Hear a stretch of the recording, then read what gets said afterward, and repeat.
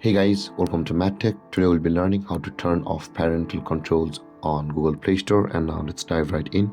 Now to turn off or disable parental controls on Google Play Store, first open up your Play Store app on your phone. And after opening your Play Store, guys, on this interface, at the top right corner of the screen, you can see your profile picture icon available for us.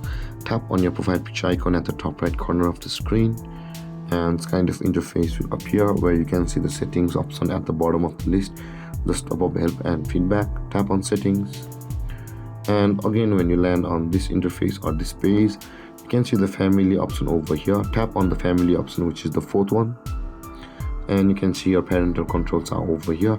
Again, tap on parental controls and you land on this interface. Now in order to turn off or disable your parental controls, tap on toggle icon at the right side of this option, and you'll be required to enter the pin which you had created earlier while turning it on.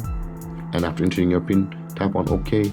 By this method, guys, your parental controls will be turned off or disabled on your phone on Play Store. And if you have any confusions or questions regarding the topic, feel free to comment in the comment section below, and don't forget to like, subscribe and hit that bell icon for more videos. Thank you for watching, guys. Peace.